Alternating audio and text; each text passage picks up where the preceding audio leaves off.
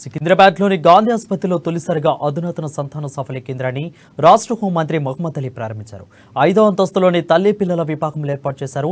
సంతానలేమితో ఆసుపత్రుల చుట్టూ తిరుగుతూ లక్షలు ఖర్చు చేస్తున్న ఎంతో మందికి ఈ కేంద్రం ఎంతో దోహదపడుతుందని మంత్రి అన్నారు. ఈ కేంద్రంలో అత్యాధునిక ఇన్ విట్రో ఫెర్టిలైజేషన్ చికిత్సను అందుబాటులోకి తెచ్చినట్లు ఆసుపత్రి సూపరింటెండెంట్ రాజారావు తెలిపారు.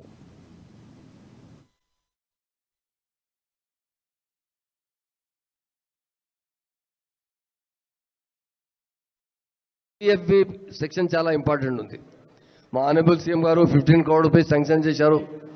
5 crore గాంధీ హాస్పిటల్లో రెడీ అయింది. ఈరోజు ఇనాగ్రేషన్ చేశారు.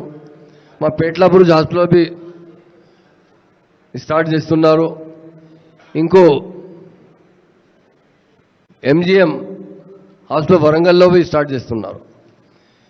ఇది చాలా ఇంపార్టెంట్. అంటే లైఫ్ కోసం లేదు, మగర్ లైఫ్లో ఇది ఇంపార్టెంట్. ఏమైనా పిల్లలు లేకుంటే ప్రాబ్లం వస్తుంది. పెళ్లి అయిన తర్వాత 1 year, 1.5 year, 2 year మన దగ్గర మా ఇండియన్ కల్చర్ ఉంది, పిల్లలు కావాలి. పిల్లలు లేకంటే జగడ అవుతుంది, లేకుంటే అమ్మాయి రిలేటివ్స్ అంటే